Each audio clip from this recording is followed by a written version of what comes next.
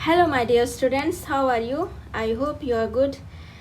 So, today's topic is sorting materials into group. This is the chapter 2 of class 6 NCERT. इसका मतलब हमारे आसपास की चीज़ों को हम कैसे एक ग्रुप में डिवाइड करेंगे, कैसे कैटेगराइज करेंगे, उस चीज़ के बारे में हम इस चैप्टर में पढ़ेंगे. आई होप इस चैप्टर को आप अपने आसपास की चीज़ों से अच्छी से को रिलेट कर सकते हैं और यह साइंस को आपके दिमाग में बिल्डअप करने का एक अच्छा चैप्टर हो सकता है. इसके पहले भी जो चैप्टर हमने पढ़ा था components of food, I hope आप लोगों ने इसको एंजॉय किया होगा. सो चलिए आगे बढ़ते हैं. इस चैप्टर में हम निम्न चीज़ों को जानेंगे. ऑब्जेक्ट अराउंड अस, हमारे आसपास की चीज़ों के बारे में. द प्रॉपर्टीज़ ऑफ मटीरियल्स, कौन कौन से मटीरियल्स होते हैं और उनकी प्रॉपर्टीज़ क्या होती हैं. अपीयरेंस, कैसे हर एक मटेरियल एक दूसरे से अलग होते हैं. जैसे लकड़ी की कोई चीज़ है वो कैसे मेटल वाली चीज़ से अलग है. ठीक है. वुडन, ये उसकी हार्डनेस या सॉफ्टनेस क्या है. कोई भी मटेरियल सॉल्युबल है, इनसॉल्युबल है, कैसे कैटेगराइज करेंगे. ऑब्जेक्ट में फ्लोट और सिंक इन वाटर, वाटर में उसकी सॉल्युबिलिटी, या ऑब्जेक्ट कोई भी ऑब्जेक्ट है वो वाटर में फ्लोट करेगा या सिंक कर जाएगा, तैरेगा या तो डूब जाएगा, कैसे कैटेगराइज करेंगे. ट्रांसपेरेंसी, कोई भी मटेरियल ट्रांसपेरेंस भी होता है, कोई ट्रांसपेरेंट नहीं होता, ओपेक होता है जिसके आर पार नहीं दिखाई देता है. और कुछ ट्रांसल्यूसेंट होते हैं, जैसे आप लोग देख सकते हैं वो जो पतली वाली पॉलीथीन आती है ना, उसमें से हम आधा देख सकते हैं और कुछ कुछ नहीं दिखाई देता है, क्लियरली नहीं दिखाई देता है, उसको हम ट्रांसल्यूसेंस बोलते हैं. सो चलिए आगे बढ़ते हैं. देखिए ऑब्जेक्ट अराउंड अस, आप लोग अपने घरों में देखते होंगे कुछ मोबाइल फ़ोन्स. देखिए पहले के मोबाइल फ़ोन ऐसे हुआ करते थे, आजकल ऐसे मोबाइल फ़ोन हुआ करते हैं. ठीक है. सभी लोग अपने घरों में यूज़ करते होंगे, कभी ना कभी तो मोबाइल फ़ोन तो यूज़ करना ही पड़ता है. We have seen that our food and clothes have so much variety in them. We see around us a chair, a bullock cart, बैलगाड़ी, a cycle, cooking utensils, books, cloths, toys, stone, and many other objects. All these objects have different shapes and color, and उनके different use भी होते हैं. जैसे clothes को हम लोग पहनने के काम में लाते हैं, शूज़ को हम लोग पैर में पहनने के काम में लाते हैं, टॉयज़ को खेलने के काम में लाते हैं. टॉयज़ भी डिफरेंट टाइप के मटेरियल से मिलकर बना होता है. जैसे वुड से कुछ टॉयज़ होते हैं वुड से बने होते हैं, लकड़ी के. कुछ टॉयज़ होते हैं प्लास्टिक से बने होते हैं. कुछ बहुत सॉफ्ट टॉयज़ होते हैं जो कपड़े से या कॉटन से बने होते हैं. तो अलग अलग मटेरियल से कैसे बनते हैं ये चीज़ें, साइंस का इसमें क्या योगदान है, साइंस का इसमें क्या योगदान है, ये चीज़ को हम लोग जानेंगे आगे के स्लाइड्स में. तो ये देखिए, आप बुल्क कार्ड ले सकते हैं. ये इसमें लकड़ी का भी यूज़ हुआ है, वुडन वर्क हुआ है, इसमें मेटल का भी यूज़ हुआ है, इसके व्हील में टायर का भी यूज़ हुआ है जो कि रबर है, प्लास्टिक है. ठीक है. ये देखिए, ये यूटेंसिल्स हैं, हमारे किचन में यूज़ हुआ करते हैं. डिनर सेट,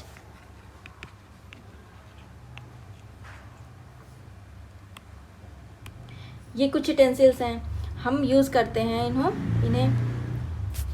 ठीक है. ये देखिए कुछ दूसरे ही मेटल से बने हैं, स्टेनलेस स्टील से बने हैं. इनके लिड और इनके ये जो हैंडल्स हैं कुछ प्लास्टिक के मटेरियल यूज़ किए गए हैं क्योंकि इनका कंडक्शन ताकि रोका जा सके, ये हमारे हाथ को हीट ना कर सके. और इसमें लकड़ी का भी यूज़ हुआ है, इसमें कुछ में प्लास्टिक के यूज़ भी हुए हैं ताकि ये जलने ना लगे हमारे हाथ को, कंडक्शन को रोका जा सके. ठीक है. ऐसे ही ये बाइसिकल तो ऑलमोस्ट सभी लोग यूज़ करते होंगे. देखते हैं उसमें मेटल का भी यूज़ हुआ होता है, प्लास्टिक भी यूज़ हुआ होता है, फोम भी रहता है उसमें. ठीक है. ये टॉयज़ हैं, कुछ लकड़ी के भी टॉयज़ होते हैं, कुछ सॉफ्ट टॉयज़ होते हैं, खिलौने. टम्बलर है जिसमें पानी पिया जाता है, कुछ स्टील के टम्बलर होते हैं, कुछ ग्लास के टम्बलर होते हैं और मिट्टी के भी टम्बलर होते हैं. ठीक है. आजकल तो मिट्टियों के टम्बलर का भी काफ़ी मार्केट में चलन हो गया है एनवायरनमेंट को प्रोटेक्ट करने के लिए. ये देखिए, ये सोप है, सोप भी डिफरेंट टाइप के मटेरियल से बना है. ये क्लॉथ्स कॉटन से बने होते हैं, कॉटन की खेती होती है. ये इन्हें रुई कहते हैं. इनकी कपास की खेती होती है तो इसमें से रुई निकलता है, इससे धागे बनाए जाते हैं और उन धागों से कपड़े बनाए जाते हैं और वही कपड़े हम पहनते हैं. कुछ कपड़े तो रेशम के कीड़ों से भी बनते हैं ना, रेशम के कीड़ों से जो रेशे निकाले जाते हैं उनसे भी कपड़े बनते हैं, ठीक है। अब इस फिगर में आप देख सकते हैं लकड़ी का भी चेयर होता है, प्लास्टिक का भी चेयर होता है, ये कुछ फोम के भी चेयर होते हैं, स्टील का भी उसमें यूज़ हुआ होता है। Look around and identify objects that are round in shape. कुछ चीज़ें होती हैं जो राउंड शेप की होती हैं, कुछ ट्रायंगुलर शेप की होती हैं, कुछ कॉनिकल शेप की होती हैं, कुछ कॉनिकल शेप की होती हैं, कुछ सिलेंड्रिकल शेप की होती हैं, ठीक है। आपके आसपास की चीज़ें अलग अलग शेप की होती हैं, अलग अलग कलर की होती हैं, उनको आप कैटेगराइज कर सकते हैं। कुछ ऑब्जेक्ट्स होते हैं ग्लास के बने होते हैं, कुछ मेटल के बने होते हैं, कुछ प्लास्टिक के बने होते हैं, जैसा कि हमने पहले के फिगर्स में देखा है। ये देखिए, ये रबर का बॉल है, इनका राउंड शेप है। ये फुटबॉल है, ये भी राउंड शेप है। ये ग्लास मार्बल है जो पहले बच्चे खेला करते थे, ये भी राउंड शेप में है। ये खाने पीने की भी चीज़ें कुछ कुछ राउंड शेप में होती हैं, जैसे एप्पल हो गए, ऑरेंज हो गए। ये अर्थन पिक्चर, अर्थन पिक्चर, ठीक है, ये भी राउंड शेप का है। ये क्ले या सॉइल से बना है। पहले लोग इसमें पानी रखते थे जो कि पानी को ठंडा रखता था, आजकल इसका चलन ही ख़त्म हो गया है और फ्रिज में लोग पानी रखना स्टार्ट कर दिए हैं। Let us say we wish to make a group of objects that are made of plastics, buckets, lunch boxes, toys, pipes and many such objects may find place in this group. जैसे bucket भी कुछ plastic के होते हैं और कुछ iron के भी, लोहे के भी बकेट्स होते हैं, स्टेनलेस स्टील के भी बकेट्स होते हैं। तो यहाँ पे हम देख सकते हैं कि ये प्लास्टिक का बकेट है। लंच बॉक्स भी स्टील के भी होते हैं और ये प्लास्टिक का लंच बॉक्स है, इसके अंदर स्टील का यूज़ हुआ है जो कि खाने को गर्म रखने का काम करता है। प्लास्टिक के पाइप्स हो गए। ये देखिए टॉय है, ये वुडन टॉय है। All objects around us made of one or more materials. These materials may be glass, metal, plastic, wood, cotton, paper, mud, soil. हमने पहले ही बताया कुछ मटेरियल सॉइल के बने होते हैं, जैसे अर्थन पिक्चर हमने देखा था, घड़ा जिसमें पानी रखने का काम होता था। प्लास्टिक के भी बने होते हैं, जैसे चेयर हो गया। वुड का, लकड़ियों का बहुत जगह यूज़ होता है, हमारे दरवाजे लकड़ियों के बने होते हैं। हमारा जो क्लास में देखते हैं ना, duster, table, chair, bench, desk, तमाम प्रकार की चीज़ें हैं जो कि लकड़ी की बनी होती हैं। ये न्यूज़पेपर देखिए, इसमें पेपर का यूज़ हुआ है। पेपर कहाँ से बनता है? पेपर पेड़ से बनता है, ठीक है।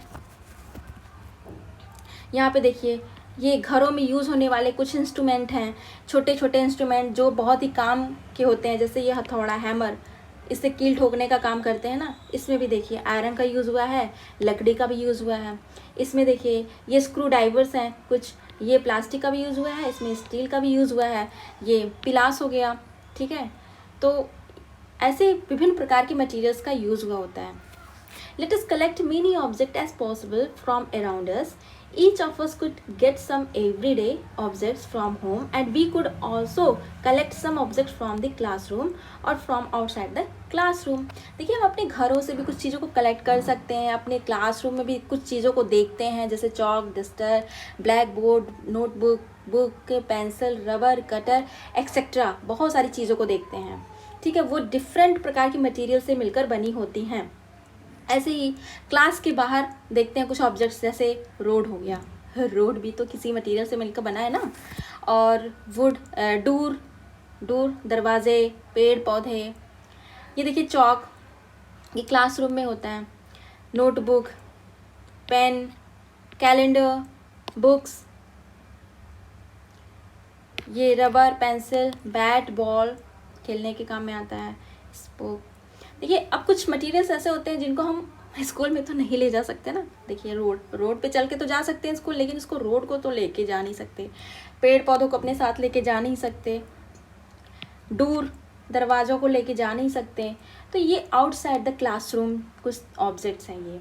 We can also list object that we can think but cannot bring the classroom to the classroom. For example, wall, trees, doors and roads. Okay, इन सभी को हम क्लासरूम में तो नहीं ले जा सकते हैं।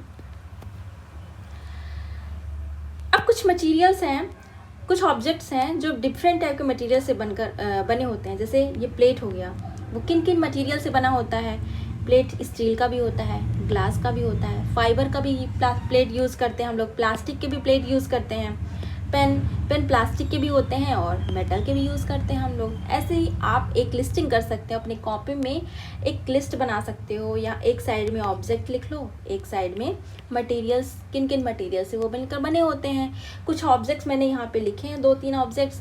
आप डिफरेंट टाइप के ऑब्जेक्ट्स का क्लासिफिकेशन कर सकते हो ना। कम से कम 10 ऑब्जेक्ट का आप नाम लिखोगे और वो किन किन चीज़ों से मिलकर बन सकते हैं उनके बारे में भी लिखोगे। ठीक है, ये होमवर्क है आपका। ऐसे ही कुछ मटेरियल्स होते हैं, वुड से क्या क्या चीज़ें बनाई जा सकती हैं, लकड़ी की कौन कौन सी चीज़ें बनाई जा सकती हैं, पेपर से कौन कौन सी चीज़ें बनाई जा सकती हैं, लेदर की कौन कौन सी चीज़ें बनाई जा सकती हैं, प्लास्टिक से कौन कौन सी चीज़ें बनी होती हैं। इन सब का आप लिस्टिंग करोगे, आप एक लिस्ट बनाओगे, अब अपने दिमाग से सोच कर लिखोगे। ये तो आप कर ही सकते हो ना। जैसे वुड, लकड़ी से कौन कौन सी चीज़ें बन सकती हैं, आप सोचोगे लकड़ी से कौन कौन सी चीज़ें बन सकती हैं। जैसे हमारा चेयर हो गया, टेबल हो गया, लकड़ी से बहुत सारी चीज़ें मिलकर बनी होती हैं। आप प्लीज़ उसको नोट डाउन करेंगे। ठीक है, पेपर से भी क्या क्या बनते हैं, पेपर से जैसे कैलेंडर हो गया, न्यूज़पेपर हो गया, नोटबुक हो गया, मैंने तो आधा बता ही दिया, आप लोग खुद सोचेंगे। ठीक है, ये देखिए लेदर की कुछ चीज़ें बनी हैं, बैग हो गया, शूज़, हैट्स, बेल्ट्स। हम लोग घरों में देखते हैं ना, शूज़ लेदर के भी होते हैं, बैग लेदर के होते हैं, हैट्स। प्रॉपर्टीज ऑफ मटेरियल्स, देखिए हमारा नेक्स्ट टॉपिक है प्रॉपर्टीज ऑफ मटेरियल्स। क्या आप सोच सकते हैं कि कोई टम्बलर आप कपड़े का यूज़ करें और उसमें पानी रख सकते हैं क्या? या कागज़ का कोई टम्बलर बनाए उसमें पानी रख सकते हैं क्या? नहीं रख सकते हैं। क्यों? क्योंकि भाई कपड़ा ऑब्वियसली उसकी प्रॉपर्टी ही अलग होती है, कागज़ की प्रॉपर्टी अलग होती है, कागज़ की प्रॉपर्टी कुछ और डिफरेंट चीज़ों को कलेक्ट करने के लिए होती है। ऐसे ही हम लोग टम्बलर, ये जो ग्लास का यूज़ किए हैं, इसमें पानी को रख सकते हैं ना, पानी इसमें रखा जा सकता है, वाटर को रख सकते हैं। ठीक है, तो इस तरह से टम्बलर किसी ग्लास किसी कपड़े का या पेपर का नहीं बनाया जा सकता है, नहीं हो सकता है, क्योंकि उसमें पानी रख ही नहीं सकते हैं। ठीक है, तो हर मटेरियल की अपनी खास प्रॉपर्टी होती है। ठीक है, अब कोई भी मटेरियल का क्या अपीयरेंस होता है, किस तरह के वो दिखते हैं। जैसे मेटल में लश्चर होता है, चमक होती है। जैसे आप गोल्ड देखते हैं, गोल्ड में एक प्रकार की चमक होती है, आप उसकी चमक से ही पहचान जाओगे कि हाँ ये सोना है या पीतल है। आयरन में भी एक प्रकार का लश्चर होता है। ठीक है, ऐसे वुड में लश्चर नहीं होता है, मेटल्स में अलग प्रकार का लश्चर होता है। Materials usually look different from each other. Would look very different from iron, iron appears different from copper और एल्यूमिनियम। कॉपर, आयरन को क्या होता है, कॉपर और एल्यूमिनियम से डिफरेंट दिखता है। आयरन कुछ कुछ ब्लैकिश दिखता है और कॉपर होता है वो थोड़ा कॉपर कलर का होता है, येलोइश टाइप का होता है। एल्यूमिनियम तो वाइटिश थोड़ा होता है। ठीक है, तो सबकी अलग अलग अपीयरेंस होती है। जैसे हर बच्चा, आपकी क्लास में पढ़ने वाला हर बच्चा अलग अलग अपीयरेंस का है ना, सबकी शक्ल अलग अलग है, सबके चलने का ढंग अलग है, सबके बोलने का ढंग अलग है, सबका एक अलग ही अपीयरेंस है। उसी तरह से सभी मटेरियल्स का अपीयरेंस अलग अलग होता है, सबकी अलग अलग यूनिक प्रॉपर्टीज़ होती है। ठीक है, इसको हम लोग अपीयरेंस बोलते हैं। कोई भी एक बंदा दूसरे के बराबर नहीं हो सकता है या कंपैरिजन नहीं किया जा सकता है। ठीक है, ऐसे ही कुछ जो मटेरियल्स होते हैं हार्ड होते हैं और कुछ सॉफ्ट होते हैं। हार्ड मटेरियल्स जैसे हो गया आयरन, बहुत ही हार्ड होता है। स्टोन ले लीजिए, वो भी बहुत हार्ड होता है। लेकिन कुछ सॉफ्ट मटेरियल भी होते हैं, जैसे क्लॉथ हो गया, कपड़े, या फोम रख लीजिए, फोम भी बहुत सॉफ्ट होता है। या सॉफ्ट टॉयज़ देखते हैं, अगर देख लीजिए वहीं पे लकड़ी का या वुड का बना हुआ कोई टॉय है वो हार्ड होगा, और वहीं पे कपड़े का या कॉटन का बना हुआ टॉय है वो थोड़ा सॉफ्ट होगा।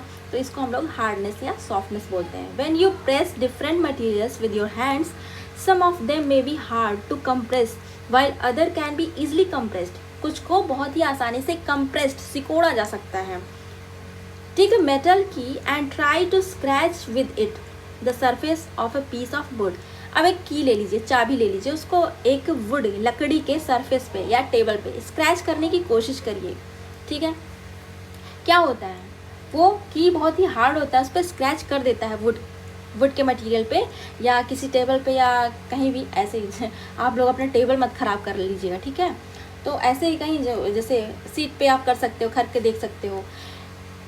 Aluminium, a piece of stone, a nail, candle, chalk any other material और object you can easily scratch some materials, आप उस मटेरियल को ईजिली स्क्रैच कर सकते हो, लेकिन जिनको स्क्रैच नहीं किया जा सकता है, कंप्रेस नहीं किया जा सकता, वो बहुत हार्ड होते हैं। ठीक है, ये जैसे कील है, ये भी हार्ड हो गया। ये कॉपर है, कॉपर में देखिए अलग प्रकार का लश्कर है, इसका अपीयरेंस ही अलग है। ये गोल्ड में भी अलग प्रकार का लश्कर है, सबका लश्कर चमक सबकी अलग अलग है। ये कुछ कीज हैं, ये देखिए गैस पाइप्स हैं। पाइप्स भी मेटल के बने होते हैं, कुछ पाइप्स प्लास्टिक के भी, जैसे पहले के पिक्चर्स में मैंने दिखाया कि कुछ पाइप्स प्लास्टिक के भी होते हैं जिनका अलग अलग जगह पे यूज़ होता है। यहाँ पे देखिए गैस पाइप्स हैं तो ये मेटल की यूज़ हुए हैं। अब देखिए सॉल्युबिलिटी और इनसॉल्युबिलिटी इन द वाटर। कुछ मटेरियल्स क्या होते हैं, वाटर में सॉल्युबल हो जाते हैं, घुल जाते हैं, और कुछ मटेरियल्स नहीं घुलते हैं। जैसे आप नमक ले लो या चीनी ले लो, साल्ट या शुगर, ये सभी वाटर में डिप करो, क्या होगा, मेल्ट हो जाएंगे, गल जाएंगे। लेकिन अगर वहीं पे आप ले लो स्टोन, या आप देख सकते हो बालू ले लो, ठीक है, सैंड, क्या वो वाटर में डिज़ोल्व होंगे, घुलेंगे? नहीं घुलेंगे। तो हर मटेरियल की अलग अलग प्रॉपर्टीज़ होती हैं कि वो सॉल्युबल है या नहीं है। ठीक है, तो अगर आप बड़ी कक्षाओं में जाओगे तो आप प्रैक्टिकल करोगे तो आपको एक कोई मटेरियल दिया जाएगा, उसका टेस्टिंग करना रहेगा कि इसकी क्या अपीयरेंस है, क्या क्या प्रॉपर्टीज़ हैं, तो आपको उसको अलग अलग तरीके से टेस्ट करना होगा, वाटर में डिज़ोल्व करके या उन्हें जला करके, अलग अलग प्रकार से। तो जो अपीयरेंस वो दिखाएंगे, जो प्रॉपर्टीज़ आप दिखाएंगे, उसको आपको कॉपी में नोट डाउन करना होगा। देखिए नमक कैसे बनाया जाता है, देखिए नमक कैसे समुद्र से निकाला जाता है, बहुत मेहनत करते हैं लोग। ठीक है, अब solubility of some common liquids in water. कुछ विनेगर, देखिए कुछ लिक्विड्स होते हैं जो सॉल्युबल होते हैं वाटर में, जैसे विनेगर, सिरका। अब क्या होते हैं, ये अच्छे से मिक्स हो जाते हैं कि नहीं मिक्स होते हैं, कि पार्शली मिक्स होते हैं, तो ये अच्छे से मिक्स हो जाते हैं, मिक्स्ड वेल। ऐसे लेमन जूस भी मिक्स्ड हो जाते हैं। मस्टर्ड ऑयल क्या मिक्स होता है? नहीं, देखिए उसके सतह पर, उसके सरफेस पे फ्लोट करता है, तैरता है मस्टर्ड ऑयल। मस्टर्ड ऑयल सरसों का तेल वाटर के सरफेस पे फ्लोट करेगा। ऐसे ही कोकोनट ऑयल भी, कोकोनट ऑयल की प्रॉपर्टीज़ एक होती है कि वो लिक्विड और सॉलिड दोनों ही फॉर्म में पाया जाता है। ठंडियों के दिनों में वो सॉलिड में कन्वर्ट हो जाता है और गर्मी के दिनों में वो लिक्विड में कन्वर्ट हो जाता है, और उसको अगर वाटर के सरफेस पे डालेंगे वो फ्लोट करने लगेगा। ऐसे ही केरोसिन, केरोसिन पहले लालटेन यूज़ करते थे लोग ना, आजकल तो लालटेन का चलन ही ख़त्म हो गया है। ठीक है, तो केरोसिन का यूज़ होता था। अब चूँकि इसको ऐसा घोषित कर दिया गया है कि केरोसिन बहुत ही पॉल्यूटेड है, तो इसका चलन ही ख़त्म हो गया है, इसलिए लोग लालटेन नहीं जलाते हैं। ये देखिए कुछ लेमन जूस है, ये वाटर में डिज़ोल्व है। ये विनेगर है, सिरका। ठीक है, ये कोकोनट ऑयल। मस्टर्ड ऑयल को वाटर में डिज़ोल्व करेंगे, क्या ये डिज़ोल्व होगा? नहीं, इसकी अलग ही प्रॉपर्टी होती है, ये वाटर के सरफेस पे फ्लोट करेगा। अब ये चॉक है, चॉक किस मटेरियल से बना होता है, क्या वो वाटर में डिज़ोल्व होता है? पूरी तरीके से तो नहीं डिज़ोल्व होगा। वैसे ही केरोसिन, केरोसिन भी आप देखिएगा तो कुछ कलर उसके सरफेस पे, वाटर के सरफेस पे कुछ कलर्ड अपीयरेंस आएगा इसका, ब्लू कलर का या फिर कुछ रेडिश कलर का आता है। ठीक है, अगर इसको आप थोड़ा सा केरोसिन ऑयल आप वाटर के सरफेस पे डाल के देखिए तो आपको कुछ ऐसा दिखेगा कि कुछ कलर फॉर्म में ये रहता है। ठीक है, अब देखिए कुछ ऑब्जेक्ट्स होते हैं वो वाटर के सतह पे फ्लोट करते हैं, तैरते हैं सरफेस पे, और कुछ होते हैं जो टिप कर जाते हैं, डूब जाते हैं। अब जैसे लीफ ले लीजिए, लीफ या कागज़ की नाव बनाते हैं ना आप लोग, बरसात में कहीं कहीं पानी इकट्ठा हो जाता है तो उसमें कागज़ की नाव डालते हैं, नाव चलाते हैं, तो क्या करता है, वाटर के सरफेस पे वो फ्लोट करते हैं। लेकिन वहीं अगर आप किसी कंकड़ को या किसी कॉइन को डालिए पानी में तो वो डूब जाते हैं, तो उनकी भी अलग अलग प्रॉपर्टीज़ हैं। कॉइन क्या होता है, बहुत ही ज़्यादा हैवी होता है, भारी होता है, उनका जो डेंसिटी होता है वो ज़्यादा होता है, इसलिए वाटर में वो डिप कर जाते हैं, और इनकी ये जो पत्ते हैं या कागज़ हैं वो फ्लोट करते रहते हैं। ठीक है, some of the materials that did not mix with water floated to the surface of water, other may have sunk to the bottom of the tumbler. Tumbler में आप वाटर लेकर के आप उसमें टेस्ट कर सकते हैं कि कौन कौन से मटेरियल फ्लोट करेंगे और कौन कौन से मटेरियल डिप कर जाएंगे। ठीक है, जैसे यहाँ पे कुछ चीज़ें दिखाई गई हैं आपके बुक्स में भी। तो लीफ जो है वो फ्लोट कर रहा है, यहाँ पे कुछ लकड़ी का कुछ पतला सा टुकड़ा ले लीजिए, वो भी तैरेगा। यहाँ पे देखिए कुछ कॉइन्स हैं, यहाँ पे की है, चाबी, वो भी डिप कर गई है। प्लास्टिक का हल्का वाला बॉल जो आता है वो भी फ्लोट करेगा, तैरेगा वाटर के सरफेस पे। अब ट्रांसपेरेंसी, कुछ मटेरियल्स ट्रांसपेरेंट होते हैं और कुछ ओपेक होते हैं। ट्रांसपेरेंस का मतलब जैसे जिनके आर पार देखा जा सकता है। अब यहाँ पे आप देख सकते हैं एक बाउल है, उसमें वाटर रखा हुआ है, इसमें फिश तैर रही है। एक्वेरियम है, एक छोटा सा एक्वेरियम है ऑफ द फॉर्म, इसमें मछली है, तैर रही है, मछली पूरी की पूरी दिख रही है। तो ये ट्रांसपेरेंट है, ये मटेरियल ट्रांसपेरेंट है। ये ग्लास जो है वो ट्रांसपेरेंट है, वाटर भी ट्रांसपेरेंट इसमें दिखाई दे रहा है। वाटर बहुत क्लीन है तो ट्रांसपेरेंट है। दो substances or materials through which things can be seen, उन मटीरियल्स से जिसमें से कुछ चीज़ों को देखा जा सकता है, उनको हम ट्रांसपेरेंट कहते हैं।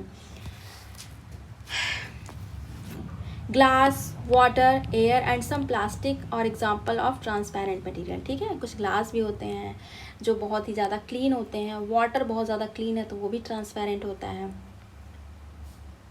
जैसे कि देखिए जार है कुछ, इसमें कुछ स्पाइसेस मसाले रखे हुए हैं, जिसमें से हम मसालों को देख सकते हैं कि इसमें क्या क्या चीज़ें रखी हुई हैं, तो ये भी ट्रांसपेरेंट मटेरियल्स हैं। ठीक है, यहाँ पे देखिए ये नमक है, ये भी दिख रहा है, ये मिर्च है, ये भी दिख रही है। ठीक है, तो ये ट्रांसपेरेंट मटेरियल है। ऐसे ही हम ट्रांसलूसेंट मटेरियल के बारे में भी जानेंगे। ये देखिए कुछ ओपेक है, इसके आर पार नहीं देखा जा सकता है। ठीक है, और ये ट्रांसल्यूसेंस है, आर पार तो नहीं दिखाई दे रहा है लेकिन कुछ पोर्शन तो इसका दिखाई दे रहा है कि हाँ पीछे से कोई झांक तो रहा है। लेकिन ये देखिए ये पूरी तरीके से ट्रांसपेरेंट है, जिसके आर पार पूरी तरीके से देखा जा सकता है। But can you see clearly through the oiled paper, क्या आप एक पेपर ले लो, ठीक है, उसको ऑयल में डिप कर दो या हल्का सा तेल लगा दो, या फिर मम्मी टिफ़िन में पराठे देती है ना, कागज़ में लगा करके पराठे ले जाते हो। अब कागज़ को देखते हो ऑयली हो गया है, तो क्या ऑयली सरफेस के आर पार देखा जा सकता है? नहीं देखा जा सकता है। वो ट्रांसपेरेंट भी नहीं है, ओपेक भी नहीं है, तो उसको हम क्या कहेंगे? ट्रांसल्यूसेंस। क्या कहेंगे? ट्रांसल्यूसेंट। ठीक है, तो ये हमने कुछ अपने आसपास की चीज़ों के बारे में जाना। आई होप आपको ये चैप्टर बहुत ही अच्छा लगा होगा। बहुत ही कम समय में बहुत ही अच्छे से समझाने की कोशिश की है। अगर आपको अच्छा लगा हो तो